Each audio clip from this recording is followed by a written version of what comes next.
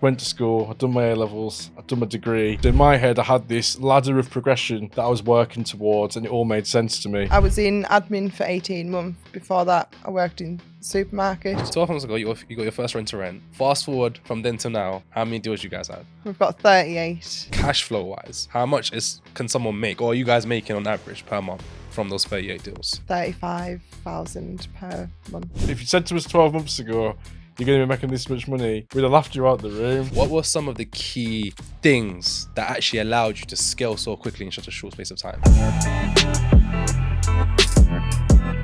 Hey guys, how's it going? Welcome to another podcast session right here. And right now I've got a very, very special guest, or should I say guests, in the building to where they're making some serious noise in the service accommodation space. So these are my students right here, Lauren and Leon LLB. They're going to be taking you through their journey, you know, what they've accomplished, how far they've come, and they've come pretty far. And we're going to be going through everything in between, going deep, just to give you guys all the game and massive insights for you to take value from. Guys, how's it going? Yeah, it's going well. Yeah? Really good, yeah. How are you feeling to be here? Excited? You sure, yeah? Yeah, 100. absolutely. Cool. So look, we'll start from, the beginning. There's a lot to talk about, but we'll start from the beginning just so people can get an idea of where you guys actually, came from and how you progressed. So, take us through the beginning of you guys prior to you even getting started off with this, all the way up until your starting point. Talk to us about that. Yeah, so prior to that, we were both working full-time jobs. I was working full-time as a secondary school maths teacher, lead teacher of maths. I had like a responsibility in the department.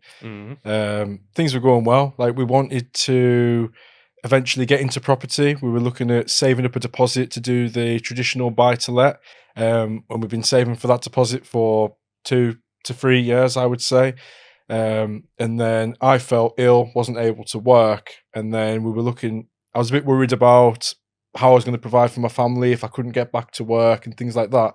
So then I was looking at different property strategies, and then I came across rent-to-rent service accommodation, and I heard about how much it could make if it's done correctly. So then, while still working our full-time jobs, we decided to join the mentorship and give it a go and see where we got to. Okay, cool. So you took us through your situation, Leon. You was a teacher. Obviously, you had certain circumstances that took place. You worked, a minimum wage, I'm guessing an admin job? Yeah, so I was in admin for 18 months. Before that, I worked in the supermarket. Just standard average jobs, earning minimum wage and working a lot of hours to provide for the family. See, for me, I had a career. So in my head, I'd went to school, I'd done my A-levels, I'd done my degree, I'd done my teacher training, I'd worked as a maths teacher, been told I was good, made progression. So in my head, I had this ladder of progression that I was working towards, and it all made sense to me. And then when I felt ill and I realised that I potentially could not go and trade my time for money anymore, that made me think I need to set something up that both of us can do, so that if the worst does happen to me and I'm unable to work, that I've got something built for my family to still have a very good quality of life. All right, cool. So let's rewind it back slightly. Cool. So you obviously, before you went to work, this is when you jumped on the mentorship.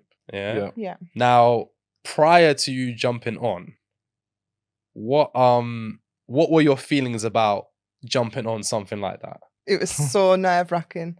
I remember we were sitting on a Saturday night watching your Webinar. Yeah, webinar. Yeah. We were watching your webinar Saturday night, and it was like we'd watched plenty of webinars. We didn't join anything, so we just thought, it's another webinar, and then we signed up to book a call in at the end of that. And we had a call. It was dead quick the next day. And I think that did make a difference. We had no time to sort of think about anything. Okay. And we just sort of ran with the feelings. But we signed up, we paid the money, and we literally both didn't sleep that night. We were like, what have we done with our lives? We just blew our deposit on what was going to be the buy-to-let deposit. I don't think it was straight away you paid. I think it was the next day. Yeah, it wasn't it? Yeah, because we couldn't get your credit. You remember? We couldn't get yeah. Yeah. credit card wasn't working. The card wasn't Card, working. well, it was the card, yeah. It wasn't working. Oh. They blocked it, didn't they? Yeah. So then we were like, is this a sign? Like, we shouldn't be doing this. Of course. Yeah. No, we didn't sleep for a few nights. We were like, and then everything, we got settled in, started attending the weekly sessions and going through the program and everything. And we were excited, weren't we? But still, at that point, we didn't think it would replace the jobs. We didn't tell friends and family for at least a month after joining. That you joined? Yeah. Okay. Because we just knew what people would say. What would they say? Like, you've been scammed. This is illegal. You're wasting your money. Just negative mindsets, basically. And we didn't want to hear them. Like, we signed up to something, and if it was a mistake, it was a mistake. And if not, we were running with it. Okay. But we didn't want to open it up to anyone that could like dampen our spirits and stop us progressing. What was the biggest fears that you had in your mind, like about actually when you actually joined? You said you couldn't sleep. What was like running through your mind?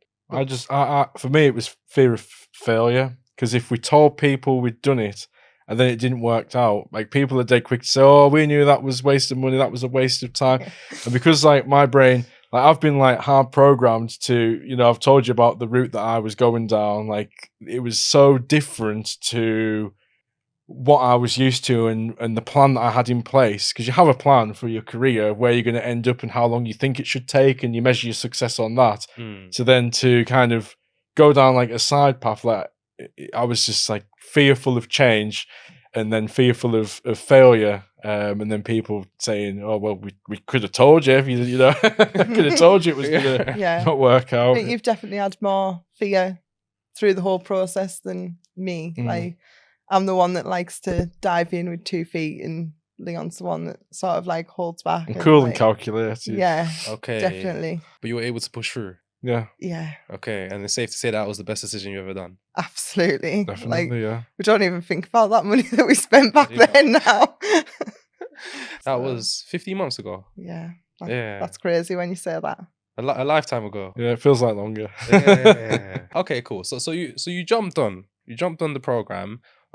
Take us through the early stages of when you jumped on and how things progressed for you. Right. Yeah. That was it was a difficult time, because obviously you're working a full-time job. You're trying to cram all this into on top of your full-time job. So in the evenings and stuff. So I was doing late nights, early mornings.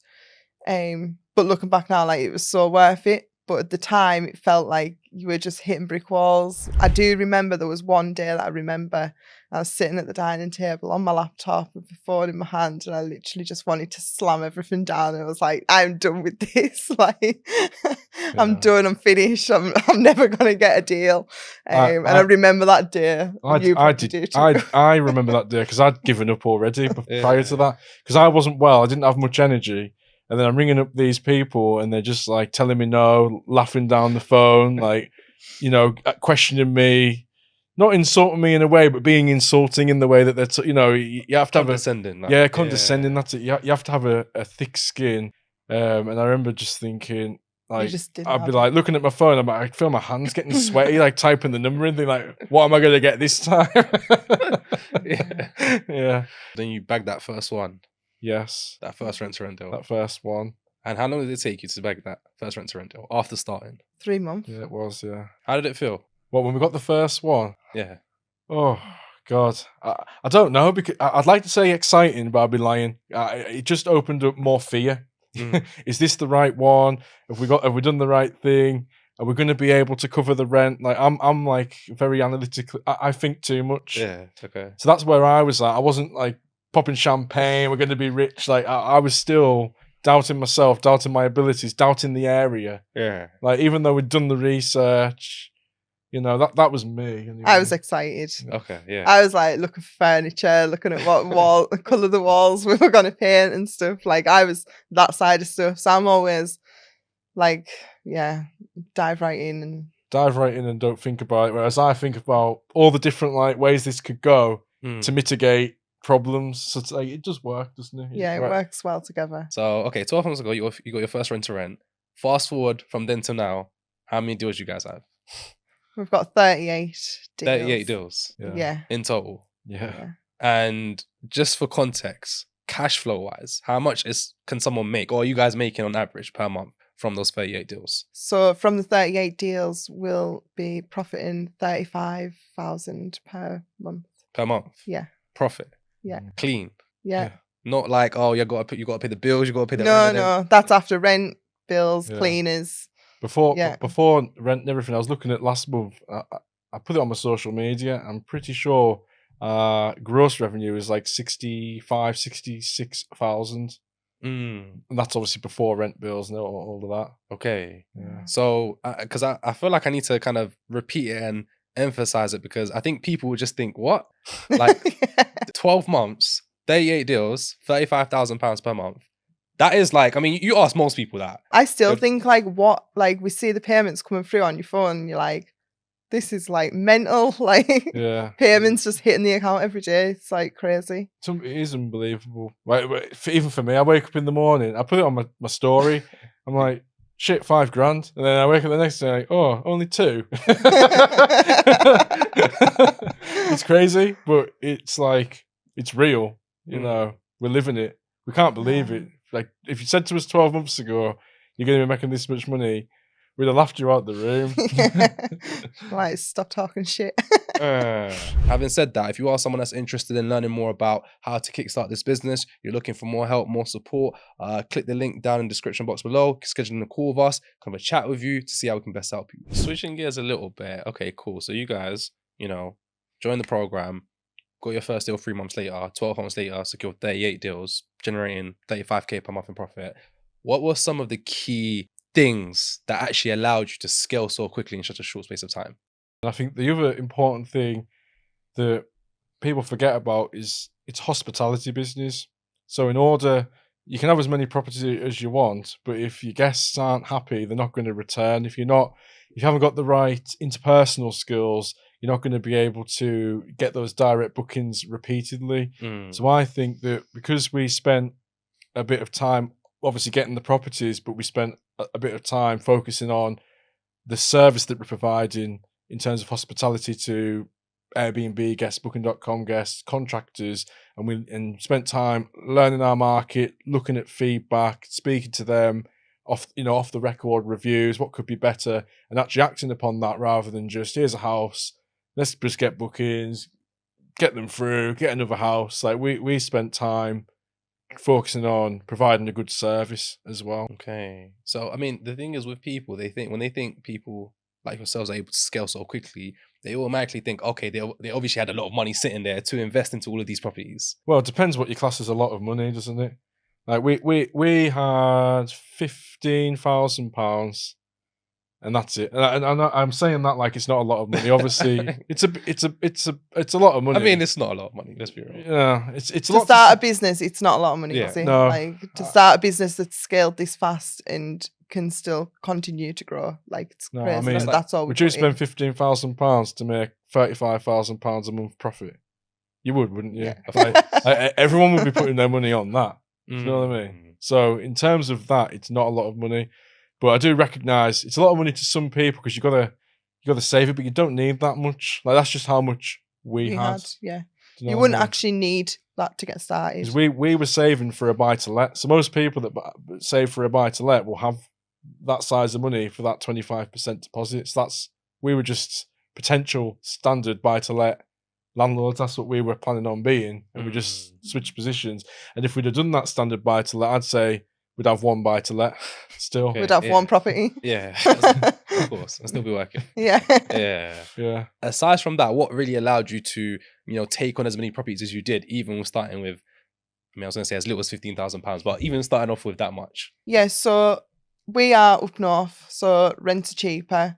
You get landlords that aren't as educated in rent to rent, I would say, without being disrespectful.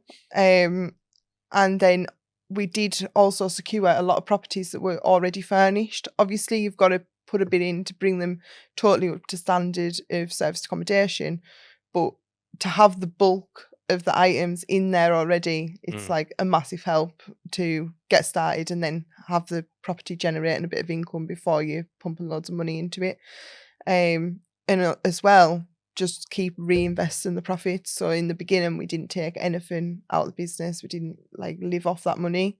We were just totally reinvesting every month, and rolling it over, which some might say it was a risk to like keep doing that before we'd even let it ride and see what it's making, but it's worked for us. So Okay. That's what we did. We held down 2 full-time jobs, raised 3 children, and we built this business on top just by reinvesting, managing cash flow and reinvesting the positive cash flow into well-researched deals. And we did manage to find a landlord that had 3 apartments in the same block that weren't already at the same time, but within the space of a couple of months, would you it was say? only a couple of months. And you've been in them, the Lava apartment, Lava suite, Lava penthouse, and they were all fully furnished. So those deals cost us, I would say, on average, two and a half thousand each, and then they were making us £700-800 profit at 70% occupancy. So you can see the break even mark there. So then, even when those properties hadn't technically broken themselves even, we were just taking those profits and putting them into others in the same block because we knew they were going to do well. Yeah, that's a concern that people have as well. And I wanted to ask you guys this as well. When it comes to the properties that you have you ever been in a position to where you've taken on a service accommodation property and you think, oh my gosh, I don't know how I'm going to cover the rent? No, never. Never. Because that's a big concern a lot of people have. Like, it was a concern for maybe the first 1 or 2 months, but like, I don't even know why, because we were getting bookings as soon as they went on the market on Airbnb and booking.com and stuff. So why it was a concern, like looking back now, I think, why were we even worried? But you do worry at the time, because if you've got to then pay that rent out of your normal monthly income, people can't do that. So yeah, it was definitely a concern, but it's never been reality for us. It's never even crossed our minds since. So Okay. yeah. And another question as well. In terms of the mentorship, what role do you feel like that played with the success that you guys have had? A crazy amount. Like, so many mistakes would have happened if we'd have just like ran with it ourselves as well. Quite costly mistakes and time costly mistakes as well. But it definitely, I would have never have thought that, like, how many inquiries you need to send out a day, how to do certain stuff. Like, you'd have spent a lot of time searching for like all that information individually, and then trying to piece it all together yourself, where you could actually be spending it on the phone to the landlord, because everything on the mentorship was just in one place to look for. And the fact that you had someone like basically all hours of the day to ask a question to was just so helpful, because sometimes you sit in 10 o'clock at night and you're trying to list a property on Airbnb and you get stuck and you're like, oh shit, what am I doing here? Yeah. And you send a message and like you get a response. Like that means everything when you're first in that beginning stage where you don't have a clue what you're doing. Do you feel like it would have happened as quickly though if you didn't join the mentorship? No, definitely not. Because I just think you like drag your feet more as well. Like, I think the fear would have come more, like, because you spent a lot of time on the phone with us, like saying, what are you worried about like paying the rent for and stuff? Like, why are you even thinking down those lines? So I think it just gives you the confidence that when you're speaking to someone that's been there, done it, like had the t-shirt and not struggle to pay the rent and stuff, like it gives you that confidence to just keep running with it. Because you don't know what you don't know. So there's lots of free stuff on YouTube, and I'd watched a lot of it, and you think you know, but then all of these different situations pop up, and because you've never done it before, you're not an expert, but someone might want that response within an hour or less in some instances. So to be able to have a network where you can say, oh my God, this has happened. Like, how do we navigate this? This is a counter offer. What do you think about this? Can you look at this deal? Because we think it's good. Like, having that reassurance, it does help. Yeah. And then equally, because of the mastermind sessions, we liked those where there's people in a similar situation to us with similar fears and anxieties, where you could reach out to them as well and, support each other, but no, you're not alone. Okay. In that mindset and in that space that you're in at the time. And for people that are like, because obviously you guys have been through like a crazy journey, And obviously you started off with the mentorship. But for people that have like the stigma about mentorships and they think, oh, you know what? Ugh, I don't know, man. They have that same fear, the same fears, the same doubts that you guys had in relation to jumping on board something like that. What would your words and message be to those people? I always related to the people pay £9,000 per year to go to university for 3, 4, 5 years. So why would you hesitate to pay a mentorship that can get you to where you want to be within months? Like, I just think you need to, if it's something that you're passionate about and something that you want to get started in to change your life, you need to jump in and get going, because the only way you're going to do that is to take action. Yeah, you got anything like that to that? Or you good? I think people will say I can do it without it, but like if I think for myself personally, the mistakes I would have made without the mentorship, I would say it would have cost me more than the mentorship.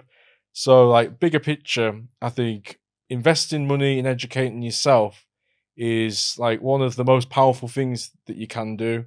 And like Lauren's saying about degrees and stuff, people are happy to do that to then work for someone else.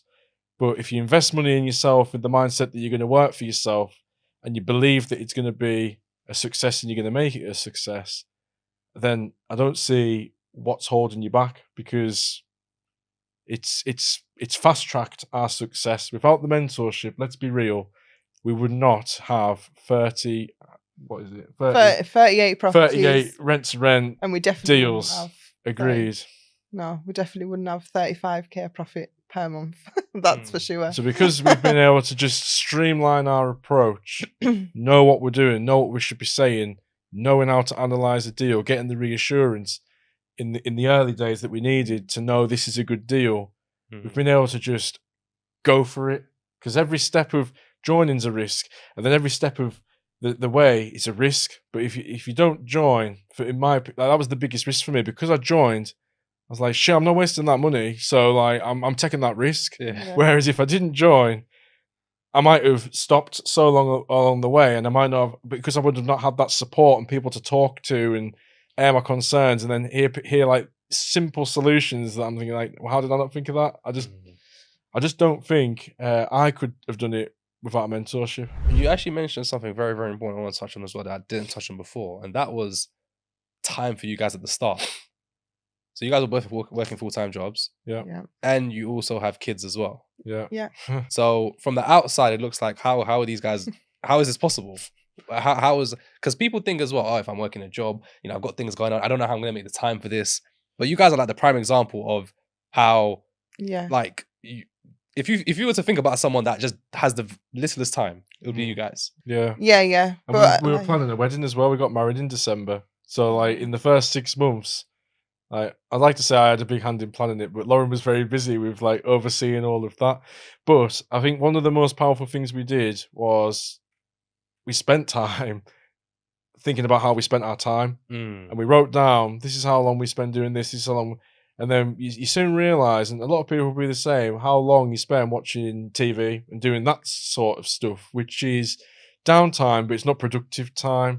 So we switched it up, and we switched, like, instead of watching TV, we would be watching educational stuff. We'd be watching on the program, all the training videos. So we got rid of that time and put that in place then. And then because then we'd sacrificed that time, once we'd educated ourselves on what the next step was, we were then doing a lot of time. It was evenings for us, because that's when we used to actually watch TV.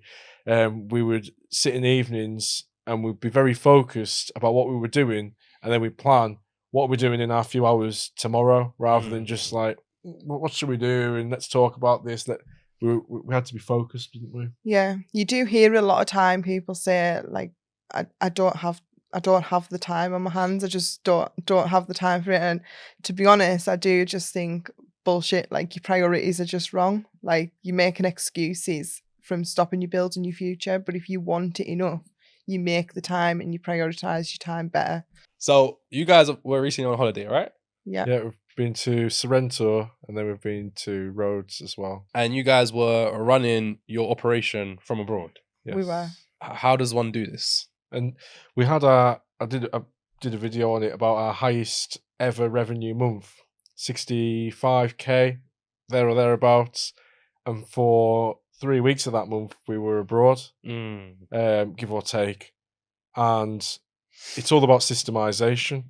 Because a few people reached out to me. Some of those big bookings that came through while we were abroad. And I did have a few people say, how are you handling all this when you're abroad? Especially when you got 30 odd properties and you're getting these 2-night, 3-night stays. It's a lot of changeovers. It's all about automation. And when the guest books, the automated message goes out. They can fill in the requirements. They get the details. They can check in. A checkup message goes to them. They'll say everything's great or not. But usually everything's great. And then they get here's how you check out message. So 90% of our guests we didn't even have to communicate with, because we've got the systems in place for it to be fully automated.